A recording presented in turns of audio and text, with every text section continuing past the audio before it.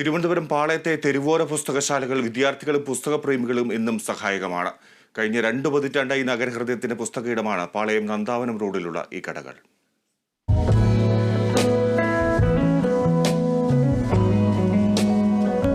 School വിദ്യാർത്ഥികൾക്കും professional കോഴ്സുകൾ പഠിക്കുന്നവർക്കുമുള്ള academic പുസ്തകങ്ങൾ മുതൽ നോവലുകൾ വരെ ലഭിക്കുന്ന ഒരിടമാണ് തിരുവനന്തപുരം പാളയത്തെ പുസ്തക തെരുവ്. 25ഓളം കടകളടങ്ങിയ ഈ വീതി പുസ്തക തെരുവായി അറിയാൻ തുടങ്ങിയിട്ട് 20 വർഷത്തിലധികമായി.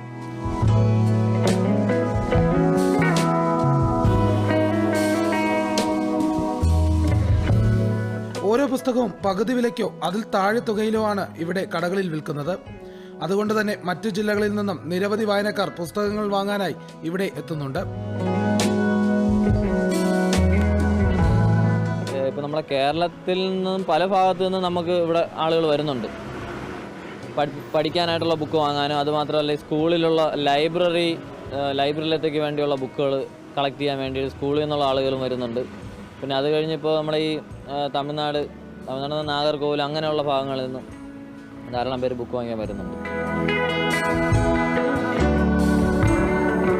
നിലവിൽ ട്രെൻഡിംഗ് ആയി വിൽക്കുന്ന ആടുജീവിതം, റാം കെയർ ഓഫ് ആനന്ദി, ഏറ്റവും പ്രിയപ്പെട്ട എന്നോട് തുടങ്ങിയ നിരവധി പുസ്തകങ്ങൾ ഇവിടെ ലഭ്യമാണ്. അതിനു പുറമെ വിശ്വപ്രശസ്തമായ ഇംഗ്ലീഷ് നോവലുകളും കോമിക്കുകളും ഇവിടെയുണ്ട്. വായനയ്ക്ക് വേണ്ടി സമയം മാറ്റി വയ്ക്കുന്നവർക്ക് ഉപകാരപ്രദമാണ് ഈ പുസ്തക തെരുവ്.